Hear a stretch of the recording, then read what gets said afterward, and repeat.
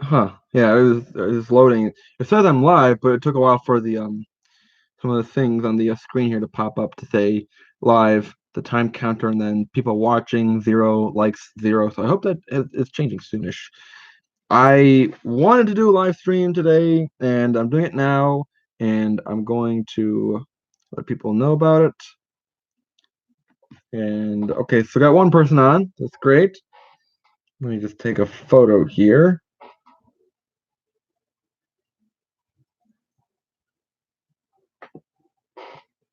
Oh, that didn't take, I think.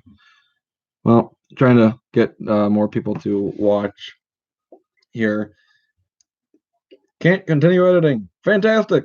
So I got my Jazz hat out. It's last night was a season opener for NBA, and um Houston Texan 99. What's up? How's it going?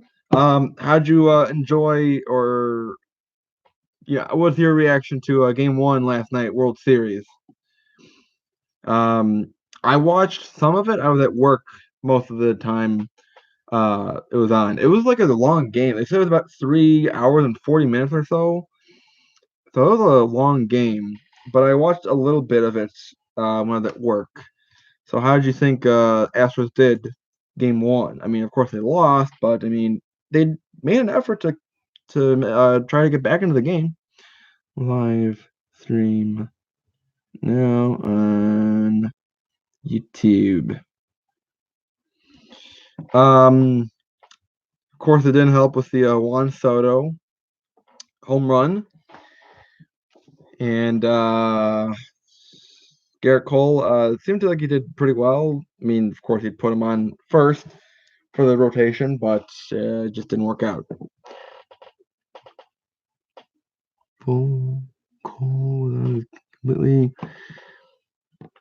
Yeah, I mean, it wasn't like a total blowout game. I actually thought it was going to be 4-1 Astros taking game one, but kind of wrong. Am I surprised? Yes. Pleasantly surprised? Maybe. I've been really torn between picking Astros or Nationals. I really like both teams. I know the Astros have the team to win it.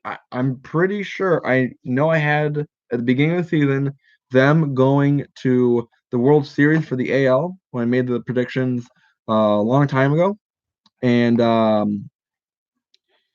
I had them going to the World Series. And my unbiased pick, I wanted the Cubs to win, but my unbiased pick was for the Astros to win. But then again, you have the Nationals and the story behind them, and I kind of look at the equation here, making the comparison.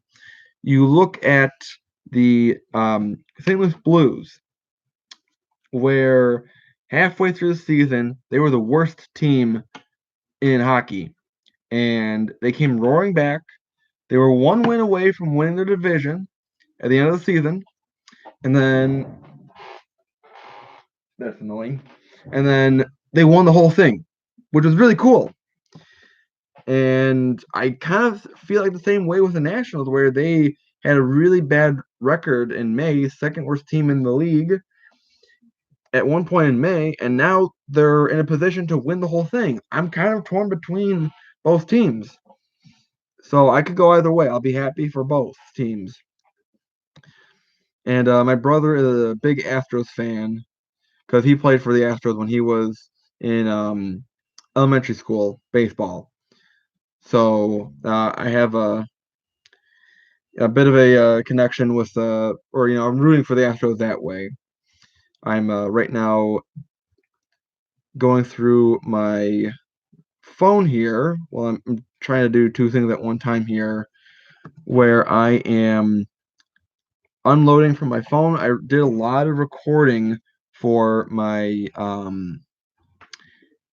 White Sox Black Sox World Series scandal talk, where I did a video already reviewing the movie Eight Men Out. And now I'm kind of doing a history talk where I'm talking about what actually happened. Because, spoiler, the movie is not as what actually happened. The movie took plenty of liberties with with how things actually happened in real life. So I'm doing a whole video on what actually happened and how to view the players who were banned from baseball, those 8 players, how to view them 100 years later. Now, in actuality, the players were banned in the summer of 1921 after a trial in August, but um, but I figured, 1919, 2019 is, kind of the same thing. We'll talk about it now. So let me talk about, before we get into the Cubs here, I'll go back to my video thing. I got 2 new hats. I tried to do a live stream last night at work, and it did not turn out well. 2 new hats, a 5950 2017 Independence Day Cubs hat, and then a 3930 stretch fitted Cubs Father's Day hat. And I knew going into it that it was kind of going to be a hit or miss with this hat because it's a large extra large, and some of my 3930 hats, if they are because this Broncos one is a medium to large and fits me pretty well.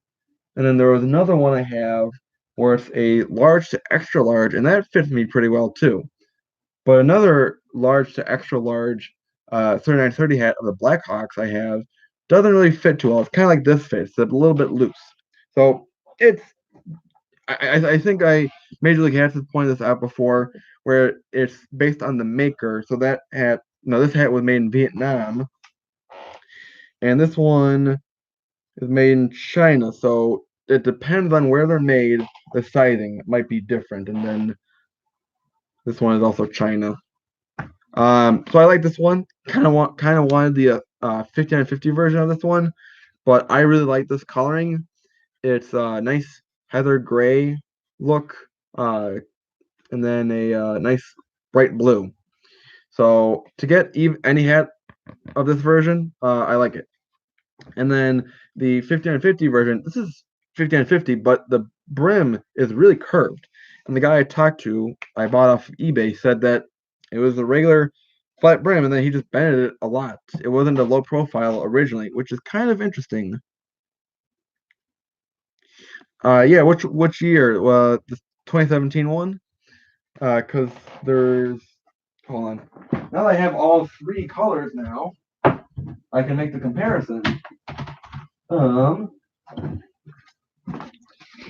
So you have 2017, 2018, and 2019. So which one? Okay, 2017. Yeah, I like this one. This is like one of my lost hats to find in a 5950 version of. And this one, it feels a little bit loose. It's like a weird feel, to be honest.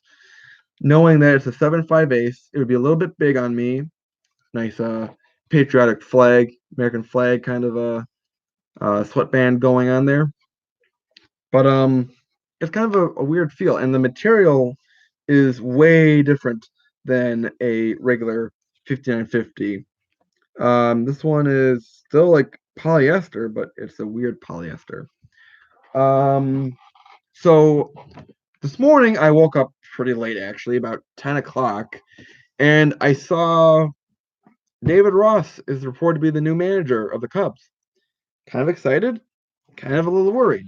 While I do that, let me try to work on my file transfer here. It's a little, I'm on the fence a bit. Whereas I like that, they're kind of thinking internally that Ross knows the Cubs and how they work. I mean, he only retired pretty recently from the Cubs. He didn't have a long time with the Cubs, but he knows the Cubs a little bit better than some other coaches or players, like Girardi or Espada, who they're thinking about. And I'm kind of on the fence because it's great that they're bringing up someone who knows the team, but it's also a little concerning that is he going to be serious about this at all? because it just worries me that he might, be having, be, hanging out with his buddies when he's in the dugout. He's pelvic bumping Rizzo and Bryant and Contreras, and Baez. He's having too much fun. That's my concern. Um, really, it's not that. Oh well, he doesn't have any managerial experience. Craig Counsell didn't, and Aaron Boone didn't, and they're doing pretty well. I think it took Craig Counsell a little bit longer than Aaron Boone, but Aaron Boone went to the Yankees, and they're always kind of stacked with good players. But that's not my concern. My concern is, Ross might have too much fun. I don't know. There's just a little bit of concern about him taking things seriously. So that's what my take on it is. I'm excited. I want to be excited about it and see where things go. I'm looking through folders here. I can get rid of that one. So we'll see how it all works out. I think it might also affect a bit how much free agency traction we get going. I want to say this will help us, whereas Ross is known, Grandpa Rossi. He has a great attitude with the players. He's very player friendly, and he might have a good relationship with some of the players. Now he isn't like top notch name material like Joe Madden is. Whereas, Garrett Cole, I'm predicting it now. I've seen a lot other places call it, but I'm predicting now that Garrett Cole will be going to the Angels for, I'm going to say, a 5-year contract. My prediction. And then by 2022, the Angels will win a World Series. And we can finally say the best player in baseball right now, Mike Trout, has a World Series ring title, and we can stop saying, oh, well, look at his WAR number. Because I'm going to go on a tangent here. No one cares about WAR numbers for baseball, to be honest. Like, if you ask any baseball, analyst, what's Mike Trout's WAR number? Let me actually look that up. Mike Trout WAR. His WAR number is overall it's like really high. His career WAR number, oh come on. Oh, 72.5. And like that's a pretty good number. I think it's the highest in baseball right now. I'm not going to look it up. But you look and think, well, you don't really know anyone else's WAR numbers. Like if you ask like, okay, what's Bryce Harper's WAR number? You might know it. You'll ask what's Bob or Justin Turner or Carrera or Bregman, Altuve. You'll be like, I don't really know. I know I'm lagging here. Sorry. Yeah, that's really lagging. So high ranked player because of it. How they really produced on the field. He's only been in the postseason one time, and that was in 2014, I believe. They were the number 1 seed, the Angels were, and they got swept by the wild card winner that year. I want to say the Royals, maybe, or the probably Royals. But it's like no one cares about WAR.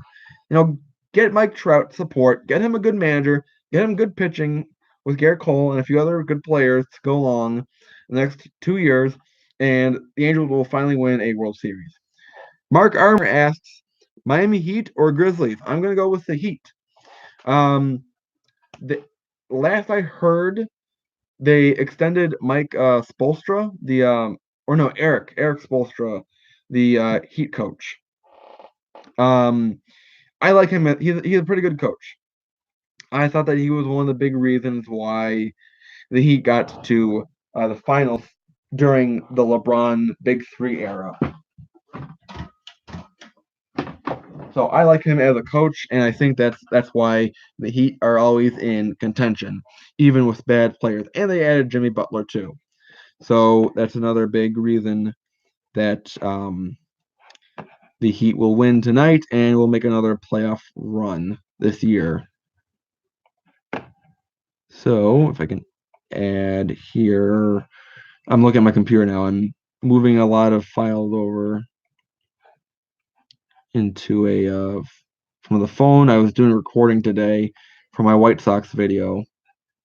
Add talk. Oh jeez. I hope it all fits. I'm running low on space on my hard drive. Trying to empty it out as I go along here. Let me also look up who also is playing tonight for baseball. Okay, we'll get into that in a second here. I know that the Raptors had a good opening night. The Clippers also had a really good opening night too. Let me switch up hats. And tonight, the 76ers open, I think, against the Celtics. And I'm not a 76ers fan. I just like 76 and the history of Philadelphia. Declaration of Independence, the Constitution, all that stuff. Ben Franklin. Excuse me. So, Jazz also opened up tonight against the Thunder. And Utah is a favorite in that game. Who else is there? Tonight we also have, if it'll load, it'll be slow. Pretty much everyone else opens tonight. Bulls at Hornets, Pistons at Pacers, Cavs at Magic, Celtics at Philly, Grizzlies at Heat, T-Wolves at Nets, Wizards at Mavericks, Knicks at Spurs, Nuggets at Blazers, Kings at Suns. Go Astros. All right. So I'm gonna kind of wrap this up too. I just wanted to, just chat a bit. Because I'm making my video here for the White Sox video, and I'm taking a little bit of a different approach here. I went outside actually. I've been doing like different angles. I'm not sitting in my room here. One scene, one location, just filming. I've been moving around a bit. I have some outside stuff. I have some stuff when I'm playing trombone for the video. So I'm doing some different things. I watched this guy, Jay Foreman, and got some inspiration to have a different approach for one of my videos here. So that'll also affect videos in the future. But this one, especially, it's going to be a long video. It might be in 2 parts. So I will, have a different take on this videoing experience. So it actually turned into a nice day when I was filming. I had a fleece on while I was on the diamond, and then it got really sunny out and really nice. And I took the jacket off, and it was a really nice day out. So I hope everyone watched the trailer for my 8 Men Out talk, my movie review.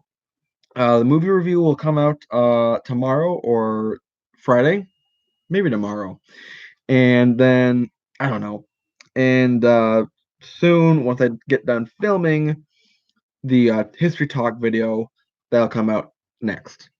So no one's watching, but that's okay because I'm sure people are watching the replay. So that'll be really exciting to film everything and edit everything out. So thank you to everyone for watching this all, and have a good day. And go Jazz, and go Bulls tonight, and go 76ers. So yeah, bye everyone.